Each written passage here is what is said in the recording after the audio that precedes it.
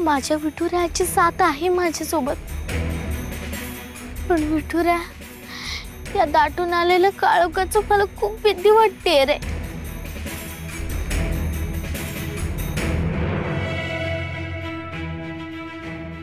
एक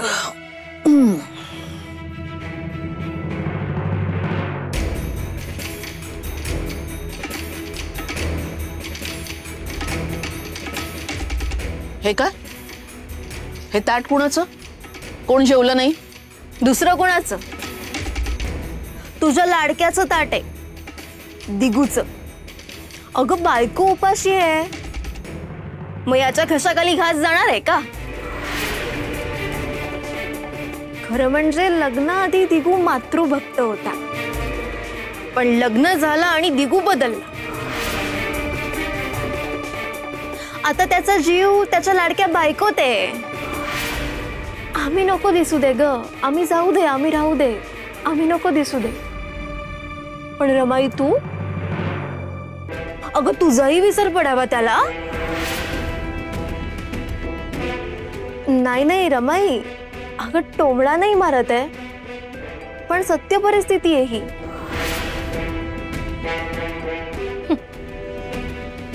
राणी साहेब बाहेर आहेत ना, उपाशी आहेत, मग राजे एकटे कसे जेवतील? समजलं। पुन्हा पुन्हा तेच तेच आता रंगून सांगणार आहेस का? अगो बाई, यमुनेला बोलली ही महामाया। वा वा। जाऊ बाई, काय झालं? अशा दचकलात का? काय सांगते ते नीट लक्ष देऊन ऐका। एक ताट वाढून तयार करा। यमुने, जा दिगूला बोलवून आण। कशाला? सांगितलं तेवढंच करायचं, जा।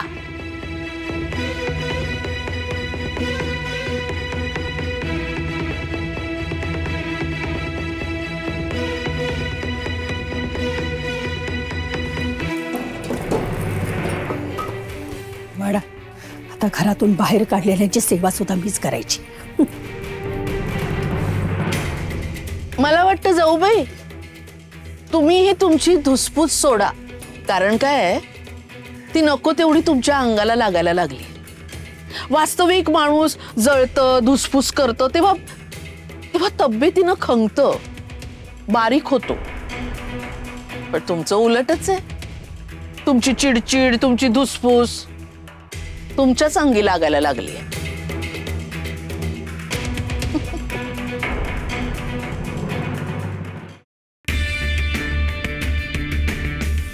रमाई, दिगू आलाय। आलाच दिगू, छान। जाऊबाई, ताट द्या।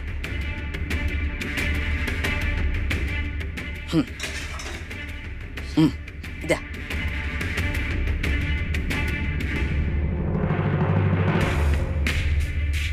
दिगू, बाळा, हे सखूसाठी जेवणाचं ताट तयार केलंय। उपाशी असेल बिचारी पोर,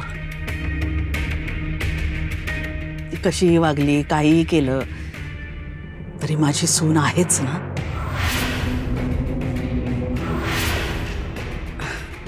अरे थकवून बघू नकोस माझ्याकडे। तुझ्या या रमाईला तू ओळखलेलंच नाहीयेस। तुला वाटतं रमाई कठोर आहे, माझ्या बायकोला बोलते, तिला हाव आहे सोन्याचा, दागिन्यांचा। पण प्रश्न सोन्याचा नाही, तत्वांचा आहे, विश्वासाचा आहे। मला खोटं बोलणं, फसवणूक अजिबात सहन होत नाही। म्हणूनच चांगल्यासाठी समज देणं हाच माझ्या बोलण्यामागचा उद्देश असतो। आणि ते काही वैर नाही किंवा माझी तिच्याशी दुश्मनी नाहीये।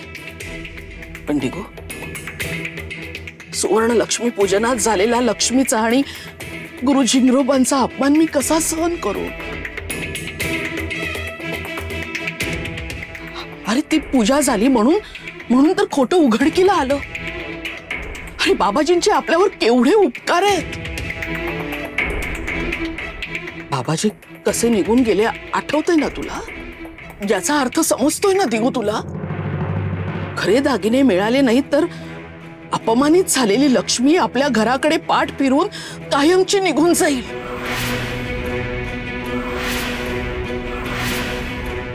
हे बघ, हे सगळं सखूमुळे झालं. पण तरी मी तिला उपाशी मारीन का? अरे आई आहे मी. जिथे भिकारी साधू अतिथी भुकेलेला या घरातनं उपाशी जात नाही, तिथे या घरच्या लक्ष्मीला मी उपाशी मारीन का रे? अन्ना वाचून ठेवीन का मी तिला? असं होईल का दिगू? असो, जा हे ताट नेऊन दे सखूला. आणि जाऊबाई, सखूला रोज ताट गेलं पाहिजे. घे दिगू, नेऊन दे तिला. आणि बाळा लगेच परत ये. हा, आपण सोबतच जेवायला बसू. तू जेवला नाहीयेस, माझ्या घशाखाली घास नाही जायचं. जा, घेऊन जा.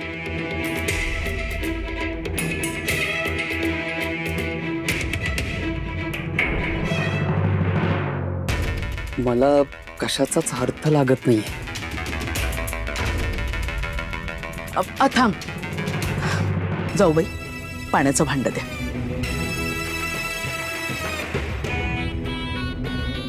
हा, जा घेऊन जा.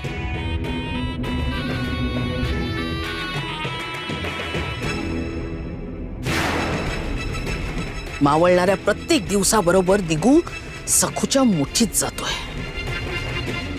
तिला वाचवायला येऊ नको सांगितलं होतं तरी मागे मागे पार तिच्या माहेरी आला. पण मी त्याच्यावरची पकड सोडणार नाही. ठीक आहे, जेवू दे तिला. पण हे उपकार व्याजा सकट वसूल करीन मी. मेलीस तर भरल्या पोटी मरू दे. उपवासाने मेली तर हुतात्मा होईल. वर माझी पद प्रतिष्ठा जायची.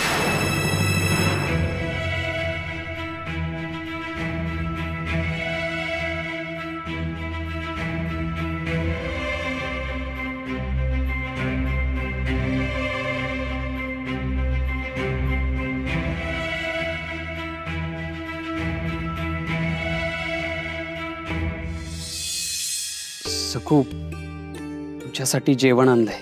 अहो, तुम्ही कशाला आणलं माझ्यासाठी जेवण?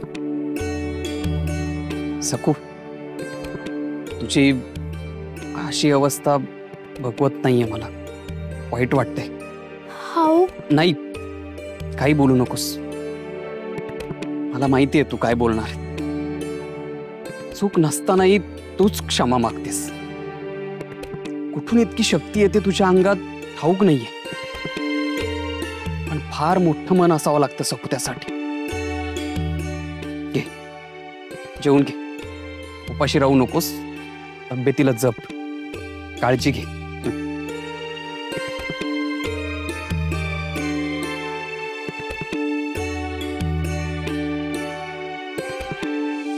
अहो, तुम्ही माझं कौतुक केलं, विचार करता, काळजी घेता, हेच खूप आहे हो माझ्यासाठी. आणि मला तुमचा खूप आधार वाटतो. सखू, तुला आधार देण्याची माझी कायमच इच्छा असते. पण परिस्थितीच अशी आहे ना की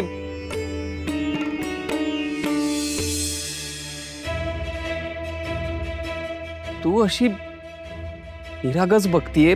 तुला कळत नाहीये का सखू? जोपर्यंत तुझे आप्पा दागिने आणत नाही तोपर्यंत रमाई तुला घरात घेणार नाही. आणि ते दागिने कधी येतील हे माहित नाही. मग तोपर्यंत तू बाहेर एकटी कशी राहणार?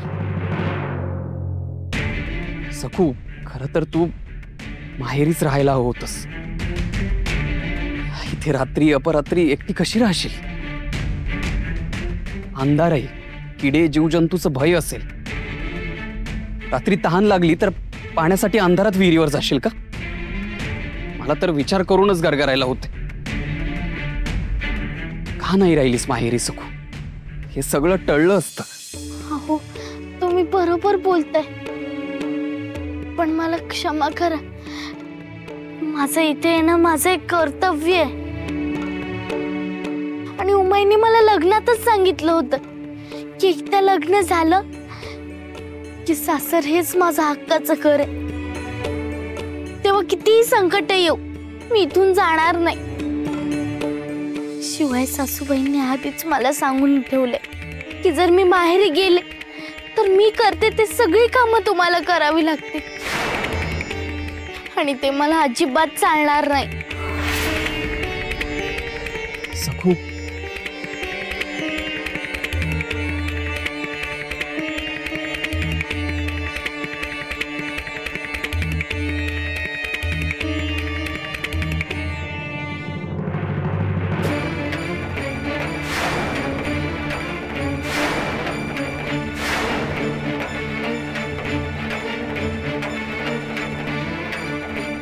चला आटपा, आता काय भरवणार आहेस तिला? जे हाताला लागलेत तुझे ते कपडे आणलेत. आणि दिगू, तू इथे गुलुगुलू गप्पा मारत का बसलायस? रमाई तिथे तुझ्यासाठी जेवायची थांबली आहे, विसरलास का? बस झाल्या आता कौतुकाच्या आरत्या. चल.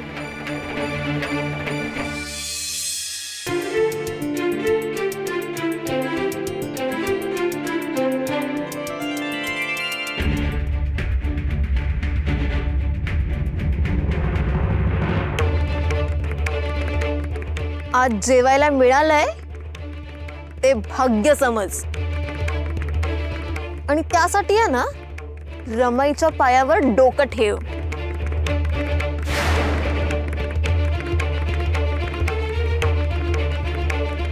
इतकं बोलतीये तरी हसतीये. किती निर्लज्ज आहे बाई ही.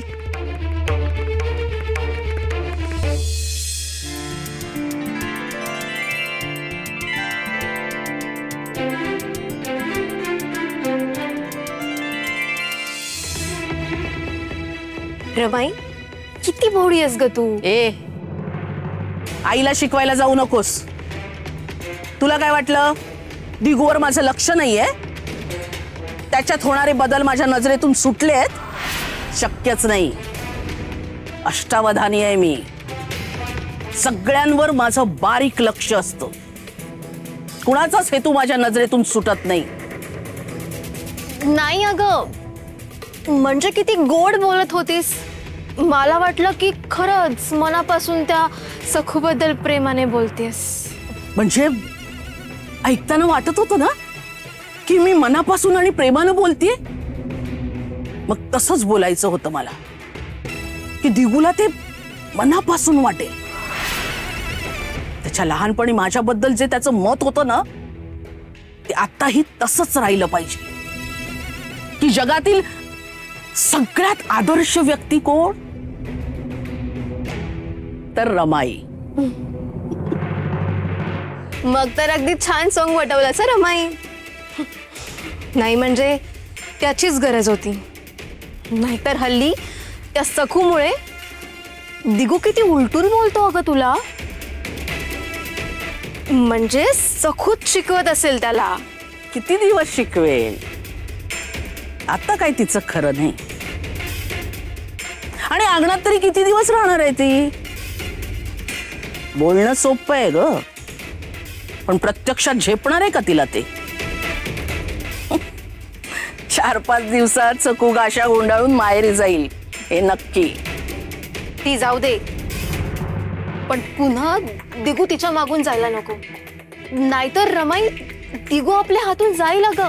अगं तेच मला तुला सांगायचंय. मी आता कशी प्रेमानं बोलले तसाच प्रयत्न कर तू. अगं मी काय तू काय, दिगूशी आपल्याला प्रेमानंच वागावं लागेल, लक्षात ठेव. म्हणून तर त्या सखूला जेवणाचं ताट पाठवलं ना मी सखूचा छळ करत नाही, तर सखूच चुकीचं वागते. हे दिगूच्या कळी उतरायलाच पाहिजे. म्हणूनच सांगते, दिगूशी जरा प्रेमानं बोल, प्रेमानं वाग, उगाच वाद घालू नकोस. एकदा काही कटकट बाहेर गेली ना की मग बघू. पण रमाई, सखू इथून गेली तर ती बाबाजींच्या मठातच जायला हवी. सखू बाबाजींना शरण जाईल, त्यांची दासी बनेल असं वचन दिलं होतंस तू बाबाजींना. विसरलीस? सखू माहेरी गेली तर मग बाबाजींना दिलेल्या या वचनाचं काय? यमुने, अगं विसरलेच होते मी. बरं झालं आठवण करून दिलीस. पण आता ते साध्य कसं करायचं?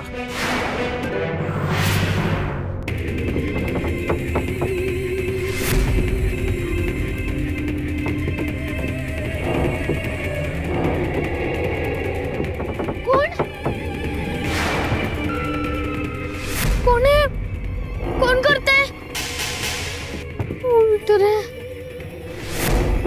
विठुराय, बघतोयस ना रे विठुराय, मला किती भीती वाटते. कोण आहे? कोण आहे? कोण आहे? कोण आहे?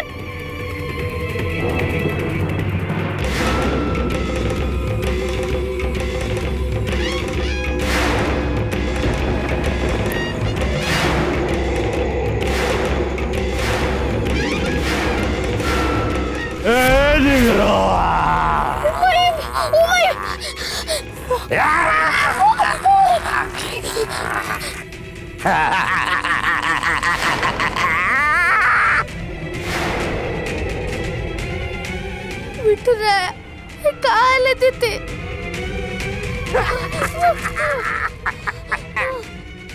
एकटी पडली नाही, एकटी उघड्यावर पडली, उघड्यावर. नाही, मी माझ्या घराच्या सांगण्यात. पण 4 भिंतीच्या चपराखाली कुठं आहे? इथं इथं भयान काळोखात रात्रीमध्ये आता भूत असतात. इथं प्रेतात मी मुंजे अतृप्त सावल्या खेळ खेळत असतात. निभाव कसं लागणार तुझं आता? कसं निभाव लागणार? कुठे तुझा तो? कुठे इटोराया? इटोराया म्हणलं की येतो ना धावत तुझ्याकडं संकट निवारण करायला. कुठे आहे तो? एवढं मोठं संकट आलं तुझ्या समोर पण तो आला नाही. आला का? नाही आला. कसं येईल? येणारच नाही. गेला घाबरून, पळून गेला. हार मानली त्यानं, माझ्या मोर हार मानली त्यानं. ते इथून मानली हार. नागोजी तुझा तारणहार. तुझा एकच वाट आहे, एकच वाट मोकळी आहे आमच्या मठाची. चलायचं आमच्या मठामध्ये, माझ्या पायाशी बसायचं. ती जागा आहे तुझी.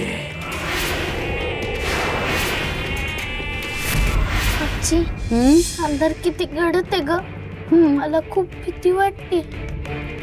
भीती कशाची ग? आता नवरात्र सुरू आहे, आपण घट बसवलेत. हे कशाचं प्रतीक आहे? देवीच्या जागरणाचंच ना. अगं साऱ्या जगाला घाबरवणाऱ्या महिषासुराशी तुळजाभवानीनं 9 दिवस युद्ध केलं आणि त्याचं पारिपत्य केलं. तिचीच आपण पूजा करतोय ना. अगं देवीचं नाव घ्यायचं, तिचा उदो उदो करायचा. तिच्या नुसत्या स्मरणानं देखील दुष्ट शक्तींचा नाश होतो आणि भीती काय असेल ती पळून जाते. ओम महालक्ष्मीचे विद्महे विष्णू पत्नीचे धीमहि तन्नो लक्ष्मी प्रचोदयात. आई अंबाबाई, माझ्या रक्षणाला धावू नये. माझ्या मनातली भीती नाही शिकर आणि या दृष्ट राक्षसाचं पारिपत्य कर. आई अंबाबाईचा उदो उदो, आई अंबाबाईचा उदो उदो, आई अंबाबाईचा उदो उदो. डोळे मिटून बंद करून त्या इटुरायला बोलून काय होणार नाही, काय येणार नाही. तो इसर झाला आता. ते आकाशातला इटुरायला पूजण्यापेक्षा यो इथे जो उभा आहे की नाही जमिनीवर नागोजी देव, त्याची भक्ती कर. तुझ्या आयुष्यातून तुझ्या तोंडातून त्या इटुरायचं नाव कायमचं हद्दपार होणार आहे. आणि मग इटू गेला आणि मग राहणार फक्त जिंद्रोबा नागोजी. जय जिंद्रोबा. मला लातडलं होतं ना तू, बघ आता त्याचं फळ बघायला लागणार आहे तुला.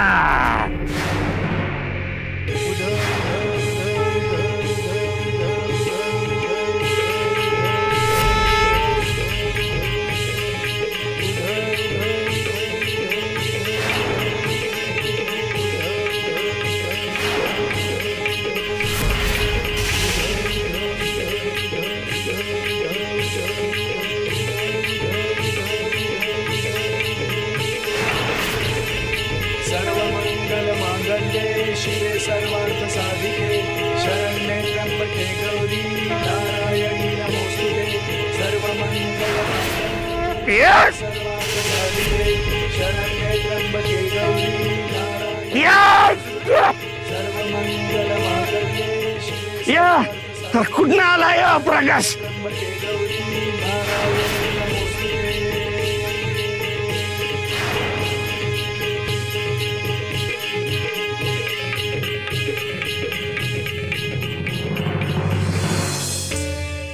लेले